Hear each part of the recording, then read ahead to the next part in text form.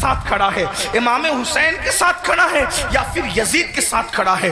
بڑی معذرت کے ساتھ اگر برا لگے تو معاف کرنا، کڑے پہننے کا نام حسینیت نہیں ہے، ڈورے ہاتھوں میں باندھنے کا نام حسینیت نہیں ہے، رنگ برنگی کپڑوں پہننے کا نام حسینیت نہیں ہے، 10 دن کے محرمی بننے کا نام حسینیت نہیں ہے۔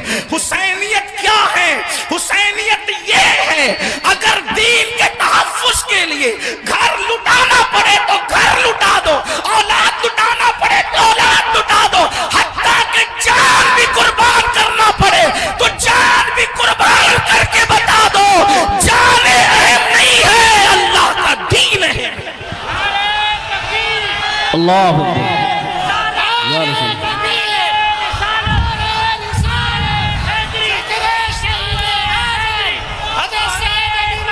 بڑی معذرت کے ساتھ کچھ لوگوں نے حسینیت کو بہت سستا کر دیا۔ اگر ڈوڑے کڑے اور کلر کے کپڑوں کا نام حسینیت ہوتا یا چند محفلوں کا نام حسینیت ہوتا پھر تو پوری دنیا حسینیت کی طرف آ جاتی۔ حسینیت اتنی آسان تو نہیں ہے نا۔ اس دور میں بھی 22,000 کا لشکر الگ کھڑا ہے اور 72 نفوس الگ کھڑے ہیں۔ اس سے پتا چلا حسینیت آسان نہیں ہے۔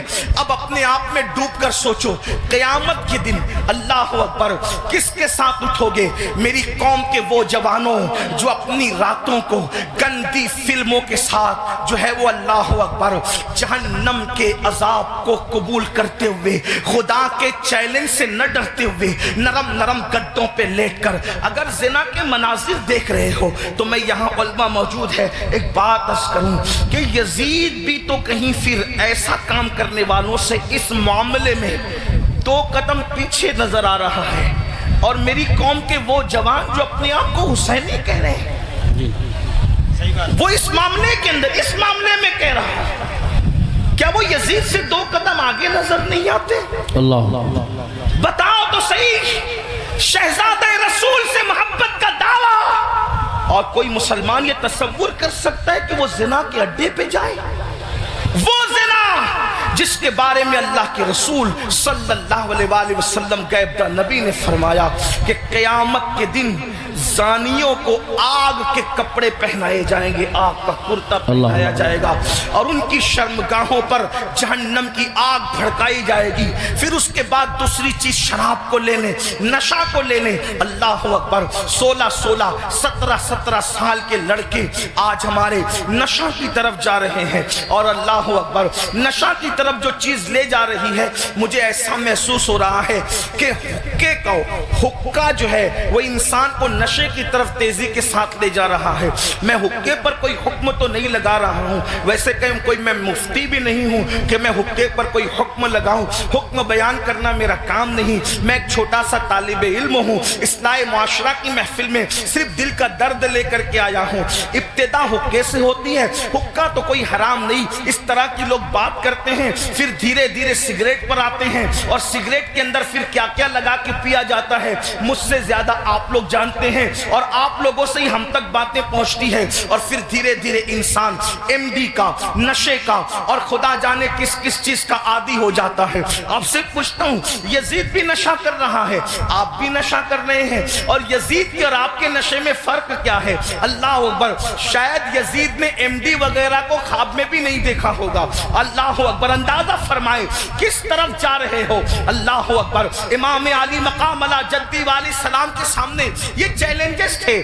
آپ اپنی قوم کو جرائم سے بچانا چاہتے تھے، آپ اپنی قوم کو گناہ سے بچانا چاہتے تھے۔ جانتے ہیں اللہ کے رسول صلی اللہ علیہ وآلہ وسلم نے بستیوں کے اجڑنے اور گھروں کے اجڑنے کے لیے جو بات بیان فرمائی ہے اس کو دل کے کانوں سے سنیں۔ اللہ کے غیب داں نبی صلی اللہ علیہ وآلہ وسلم ارشاد فرماتے ہیں، راتوں کو کچھ لوگوں کے مکانات خود بخود زمین میں دھس جائیں گے، زمین کے اندر جو ہے زمین بوس ہو جائیں گے۔ آپ کبھی سنتے ہیں نا کہ فلاں بلڈنگ گر گئی، فلاں بلڈنگ زمین میں دفن ہو گئی۔ میں یہ نہیں کہتا کہ سب اسی وجہ سے ہوتی ہے، لیکن اللہ کے حبیب غیب داں نبی صلی اللہ علیہ وآلہ وسلم گھروں کے اجڑنے کے، گھروں کے زمین بوس ہونے کے اسباب کیا بیان کرتے ہیں۔ لوگ کہتے ہیں ہمارے گھروں پر یہ چل رہا ہے وہ چل رہا ہے. میں نے کہا جو چلا رہے ہیں ہم ان کے بھی ساتھ نہیں ہیں, لیکن اپنا کرتوت بھی تو دیکھو. قرآن کہتا ہے وما اصابکم من مصیبت فبما کسبت ایدیکم, کہ تم پر جو بھی مصیبت آتی ہے وہ تمہارے کیے دھرا ہے, وہ تمہارے برے اعمال کا نتیجہ ہے. اللہ اکبر. کیا ہوا؟ آقا ارشاد فرماتے ہیں صلی اللہ علیہ وآلہ وسلم کہ کچھ لوگوں کے مکان راتوں رات زمین پہ گر جاتے ہیں, زمینوں میں دھس جاتے ہیں. صحابہ نے پوچھا یا رسول اللہ اس کی وجہ کیا ہے؟ آقا فرماتے دو گناہ جب گھروں کے اندر کیے جاتے ہیں, دو گناہ جب عمارتوں کے اندر کیے جاتے ہیں تو گھروں کو زمین میں دھسا دیا جاتا ہے, گھروں کو زمین بوجھ کر دیا جاتا ہے. پوچھا یا رسول اللہ وہ کیا ہے؟ فرمایا ایک موسیقی ہے, میوزک ہے. جس گھر میں میوزک بجتا ہے اور جس گھر میں شراب پی جاتی ہے راتوں رات ان گھروں کو زمین میں دھسا دیا جاتا ہے. اب آپ مجھے بتاؤ کانوں میں ایئر فون لگا کر راتوں کے 3-3 4-4 بجے تک میوزک سننے والوں, کیا تمہیں اپنے گھروں سے پیار نہیں ہے؟ تمہیں اپنے گھروں سے محبت نہیں ہے؟ تمہیں اپنے گھروں سے الفت نہیں ہے؟ اور پھر اللہ کے حبیب علیہ السلام فرماتے ہیں جس نے دنیا میں شراب کا ایک گھونٹ پیا اور توبہ نہیں کی, جب وہ مرے گا تو مرنے وقت اس کی زبان پہ کلمہ جاری نہیں ہوگا, وہ کلمے سے محروم رہے گا. اور یہاں تک کہ حضرت مالک الدینار فرماتے ہیں میں نے کئی نشہ کرنے والوں کو کفر پر مرتے دیکھا ہے. اللہ اکبر. حضرت عمر ابن عبدالعزیز کہتے ہیں میں نے کئی نشہ کرنے والوں کو کفر پر کافر ہو کر مرتے دیکھا ہے. اللہ کے بندو ذرا غور تو کرو. پھر تیسری چیز لیتے ہیں نماز کے حوالے سے. 95% لوگ نماز نہیں پڑھتے ہمارے معاشرے کا, اور لوگ آسانی سے کہہ دیتے ہیں مولانا ہمیں ٹائم نہیں ملتا. بلکہ عاشور کے شب میں بھی جس میں جمعرات ہی کو جنگ ہو رہی تھی کربلا کی, اکثر مورخین کہتے ہیں جمعرات کو ہی جو ہے وہ جنگ کا آغاز کر دیا تھا. امام پاک نے پوچھا غازی عباس سے عباس کیا کر رہے ہیں یہ لوگ؟ کہا وہ تو جنگ شروع کرنے کی بات کرتے ہیں. کہا ان سے کہہ دو کہ ہمیں نماز بہت پسند ہے, ہمیں تلاوت بہت پسند ہے, ہمیں گریہ اللہ کے لیے کرنا بہت پسند ہے, ذکر اذکار بہت پسند ہے. وہ جنگ تو ہونی ہے لیکن ایک رات کی وہ ہمیں مہلت دے دے تاکہ آنے والی رات شب عاشور ہے اس پہ ہم اللہ کی عبادت کریں, گریہ وزاری کریں. آپ سے پوچھتا ہوں امام تو مہلت لے رہے ہیں عبادت کے لیے اور اللہ رب العزت نے ہمیں پوری زندگی دی ہے, عبادت کی طرف نہیں آتے. کتنی سادگی سے انسان کہتا ہے مولانا ٹائم نہیں ملتا. مجھے بتاؤ ہم سے بڑھ کر کے مکر کون کر رہا ہے؟ ہم کہتے ہیں ٹائم نہیں ملتا. اگر تلاوت کے لیے ٹائم نہیں ہے تو گھنٹوں گھنٹوں واٹس ایپ پر وقت کے لیے کیسے ٹائم ملتا ہے؟ اگر اللہ کی عبادت کے لیے ٹائم نہیں ہے تو فیس بک پر یوٹیوب پر گھنٹوں گزارنے کے لیے ٹائم کیسے ملتا ہے؟ دوستوں کے ساتھ گپ شپ کرنے کے لیے ٹائم کیسے ملتا ہے؟ یاد رکھیے اللہ کے بندو, کب تک عیاشیاں کرتے رہو گے, کب تک جرائم کرتے رہو گے, کب تک خدا کے غضب کو چیلنج کرتے رہو گے, کب تک اللہ کے عذاب کو دعوت دیتے رہو گے, کب تک خدا کے عذاب سے غفلت برتتے رہو گے؟ یاد رکھنا اللہ نے کسی کو بہت لمبی عمر ہمیشہ کے لیے نہیں دی ہے. آخر موت ہے موت, آخر موت ہے موت. جب اس نے محبوبوں کو موت دی ہے تو پھر مردودوں کا کیا حال ہوگا؟ جب اس نے مقربین کو موت کا مزہ چکھایا ہے تو دور رہنے والوں کا کیا حال ہوگا؟ یاد رکھنا جس دن روح کا رشتہ جسم سے ٹوٹ جائے گا اس دن سوائے پچھتاوے کے کچھ ہاتھ نہیں آئے گا. اللہ اللہ, جب لوگوں کے درمیان بیٹھتے ہو تو ولیوں کی طرح باتیں کرتے ہو اور جب تنہائیوں میں ہوتے ہو تو شیطان کا ننگا ناچ بن جاتے ہو. یہ منافقت نہیں ہے تو اور کیا ہے؟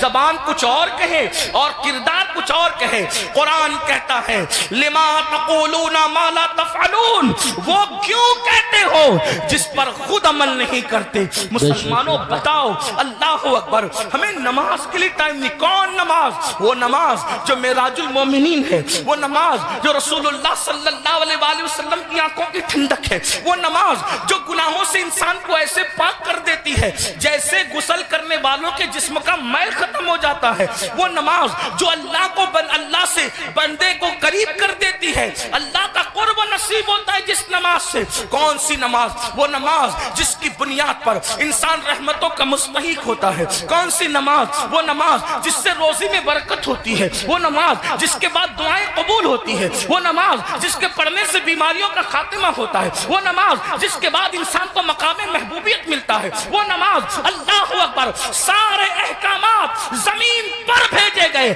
لیکن جب نماز دینا ہوا تو زمین پر نہیں بھیجی گئی بلکہ معراج میں لامکاں پہ بلا کر محبوب کو دے کے بتایا گیا. سارے احکامات اپنی جگہ ہے لیکن نماز کا معاملہ اپنی جگہ ہے. اسی لیے بزرگوں نے فرمایا، اللہ کے رسول علیہ السلام فرماتے ہیں کہ سب سے پہلے قیامت میں نماز کے بارے میں پوچھا جائے گا. اگر نماز کا معاملہ آپ کا کلیئر ہوا تو سارے معاملات کلیئر کر دیے جائیں گے، اور اگر نماز کے معاملے میں اٹک گئے، نماز کے معاملے میں پھنس گئے تو پھر انسان بچ نہ سکے گا. آپ مجھے بتائیں، ہمیں اللہ سے ڈر نہیں لگتا؟ جس قیامت کے دن کے بارے میں کعب احبار کہتے ہیں اگر 70 انبیاء کے برابر بھی کوئی اعمال بفرض محال لے کر کے پہنچے تو بھی وہ اپنے اعمال کو حقیر جانے گا، حقیر. آپ سے پوچھتا ہوں کیوں وقت نہیں نکالتے؟ اب آئیے آپ سے پوچھوں، امام تو سجدے کی، امام تو اللہ اکبر شہادت کے وقت بھی سجدہ کرتے ہیں. کتنا دردناک وقت ہوگا. اللہ اللہ، جب انسان کا ایکسیڈنٹ ہوتا ہے اور وہ موت کو قریب دیکھتا ہے تو انسان اپنی جان کی فکر کرتا ہے، مگر قربان میرے امام شہید کربلا نے جب آخری وقت آیا تو بھی اپنے سر کو سجدے میں رکھا اور سر سجدے میں رکھ کر کے بتا دیا اوروں کو جان سے محبت ہے لیکن علی کے بیٹے کو اپنی جان سے زیادہ سجدے سے محبت ہے.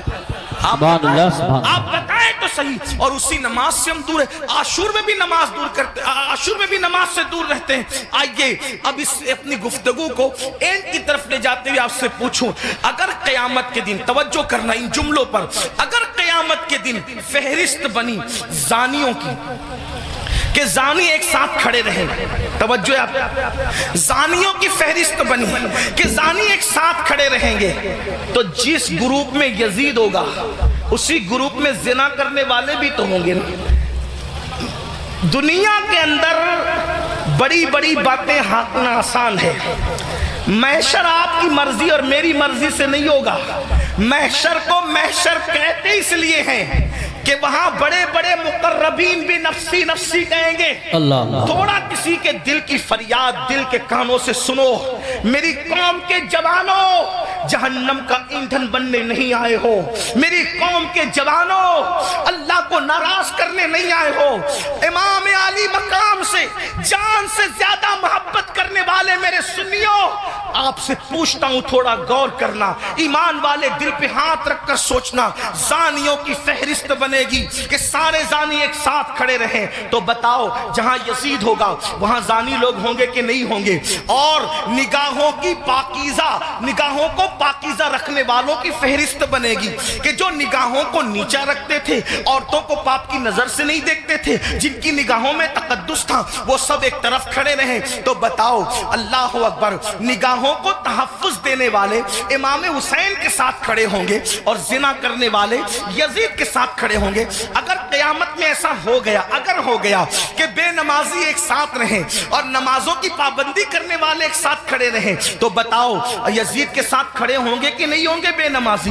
اور جو نمازوں کو تحفظ دیتے تھے وہ اس شہید کے ساتھ کھڑے ہوں گے کہ نہیں ہوں گے جس نے سر کو سجدے میں قربان کیا ہے؟ سر سجدے میں قربان کیا ہے. اللہ اللہ، کسی نے کہا تھا ہو سکے تو لائیے دونوں جہاں میزان میں نے ایک سجدہ زمین کربلا سے لے لیا. اللہ اکبر. بتاؤ مسلمانوں، تو پتہ چلا یہ نظریات کی جنگ ہے، یہ نظریات کی جنگ ہے. آپ سے پوچھوں، جنگ میں جب انسان جاتا ہے، جنگ میں جب انسان جاتا ہے فوج لے کر جاتا ہے، بہن لے کر نہیں جاتا. جنگ میں انسان جاتا ہے فوج لے کر جاتا ہے، بیویاں لے کر نہیں جاتا. جنگ میں انسان انسان جاتا ہے اللہ اکبر فوج لے کر جاتا ہے, سوتیلے بھائی لے کر نہیں جاتا. جنگ میں انسان جاتا ہے 6 مہینے کا بچہ لے کر نہیں جاتا.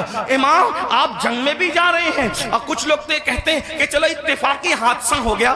اتفاقی حادثہ آپ کے مورخین کے لوگوں کے لیے کہنے کو ہے, ورنہ رسول اللہ کے گھر کا بچہ جانتا تھا. آقا نے اتنی تفصیل سے کربلا بیان کی تھی.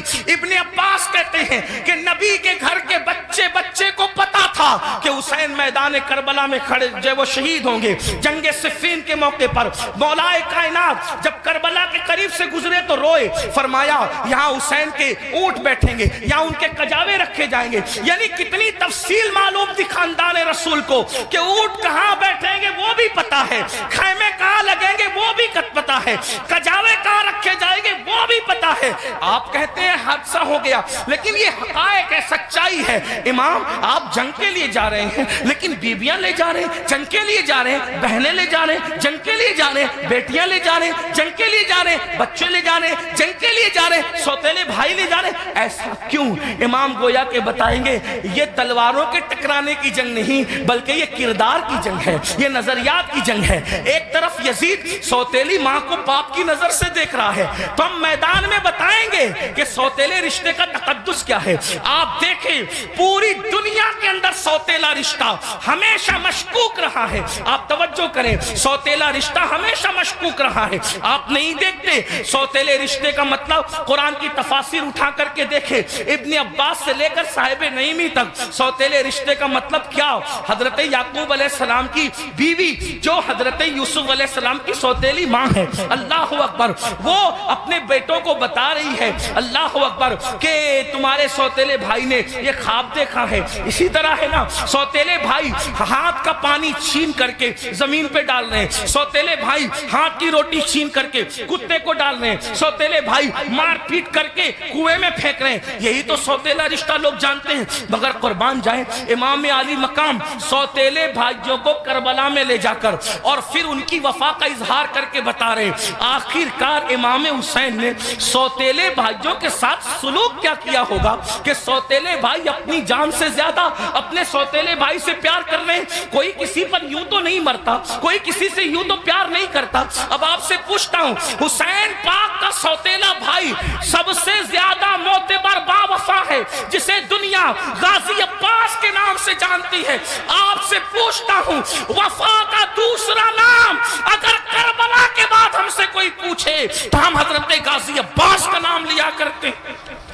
شمر نے اللہ اکبر رشتہ داری کی وجہ سے حضرت عباس کو امان لکھی, ان کے بھائیوں کو امان لکھی, تو حضرت عباس نے کہا شمر تجھ پر بھی لعنت ہے اور تیری امان پر بھی لعنت ہے, واللہ تو نے نبی کے شہزادے کو امان نہیں دی. ان کو کاٹنا چاہتا ہے, ہمیں بچانا چاہتا ہے. حسین کے بعد زندہ رہنے کو ہم پسند ہی نہیں کرتے. یہ ایک سوتیلے بھائی کا جذبہ. اب آپ سے پوچھتا ہوں, اگر آپ کربلائی ہے, اگر آپ حسینی ہے, تو اس مجمع میں اپنے دل میں سوچو آپ کے سگے بھائی کے ساتھ آپ کا سلوک کیا ہے. کربلا صرف کالے کپڑوں کا نام تو نہیں ہے نا پہننے کا, کربلا سینہ پیٹنے کا نام نہیں. ہمارے درمیان کربلا اسوہ مصطفیٰ کی تفسیر کا نام ہے. ہمارے نزدیک کربلا بدر و احد کے مقصد کی تکمیل کا نام ہے. آپ سمجھتے کیا ہے کربلا کو, لیکن ہمارے اندر کربلا کہاں ہے. ہم نے رسمی اور اسمی کربلا کو تو دیکھا, ہم نے حقیقت کربلا کو نہیں دیکھا. بتاؤ آپ پر ہمارا جذبہ بھائی کے بارے میں کیا ہے. یہی نا اس کا کھیت ہڑپ کر لیا, اس کا حصہ ہضم کر لیا, اس پر کیس کی کر دیا, اس کے خلاف کھڑے ہو گئے. اس کی بیٹی کو اچھے رشتے آتے تو آپ کو پسند نہیں آتا, آپ کو ہضم نہیں ہوتا. بتائیں تو صحیح, اس کے گھر میں بیٹے ہی بیٹے پیدا ہوں تو آپ کو تکلیف ہوتی ہے. یہ آپ کا معاملہ سگے بھائی کے لیے, اور وہاں سوتیلے بھائی کے ساتھ انداز کیا ہے سرکار غازی عباس کے ساتھ دیکھیں. پھر اس کے بعد امام اپنی بہن کو کربلا میں لائے. جب امام کسی کی کوئی بات نہیں مانتے, توجہ کرنا, جب امام کسی کی کوئی بات نہیں مانتے تو سیدہ زینب کھڑی ہو کے کہتی ہے بھیا یہ کر لو, بھیا یہ کر لو. بہن کی کوئی بات نہیں ٹلتی. گویا کہ حسین بتا رہے ہیں وہاں بہن کا کوئی تقدس نہیں ہے, اور یہاں بہن کے تقدس کا عالم یہ ہے کہ بظاہر اگر حضرت امام کے اپنی فکر کے خلاف ماں بہن بات کر رہی ہے تو امام اس کو ہی مانتے نظر آ رہے ہیں۔ کس نے نہیں کہا تھا کہ علی اصغر کو لے جائیں اور یزیدیوں سے کہیں کہ پانی پلا دیں؟ امام نے سب کو منع کیا، لیکن جب بہن آئی اور بہن نے کہا میرے لیے چلے جائیں، میں کہہ رہی ہوں آپ چلے جائیں، تو مورخین لکھ رہے ہیں بہن کی بات مان کر امام یزیدیوں کی طرف جاتے ہوئے نظر آتے ہیں۔ حالانکہ یہ امام پاک رضی اللہ تبارک و تعالیٰ کی شان ہے کہ یزیدیوں کے ہاتھوں سے ان کے شہزادہ والا تبار نے پانی نوش نہیں فرمایا، وہ تو شہید ہو گئے۔ لیکن آپ سے پوچھتا ہوں بہن کے بارے میں امام علی مقام کا حال یہ، بیویوں کی موجودگی میں قیادت کا جھنڈا خاندان نبوت کا کسی کے ہاتھ میں دیتے ہیں، بیٹیوں کی اور بیویوں کی موجودگی میں اس کو بہن کہتے ہیں۔ بتاؤ امام تو بہن سے اتنا پیار کرتے ہیں، ہمارا اور آپ کا بہنوں کے ساتھ کیا تعلق ہے؟ ہمارا اور آپ کا بہنوں کے ساتھ کیا رشتہ ہے؟ آپ بتائیں مجھے، اگر بہن گھر آ جائیں 4 بچوں کو لے کر تو بھائی اور بھابھی بات کرتے ہیں، کھلائیں گے کہاں سے؟ حیرت کی بات یہ ہے جس قوم کی سوچ فکر حسین سے اس قدر گر جائیں، پھر کیا اس قوم کے لیے یہ نہ کہا جائے کہ وہ نام کے لیے تو حسینی بنی ہے لیکن افکار کے اعتبار سے وہ کہیں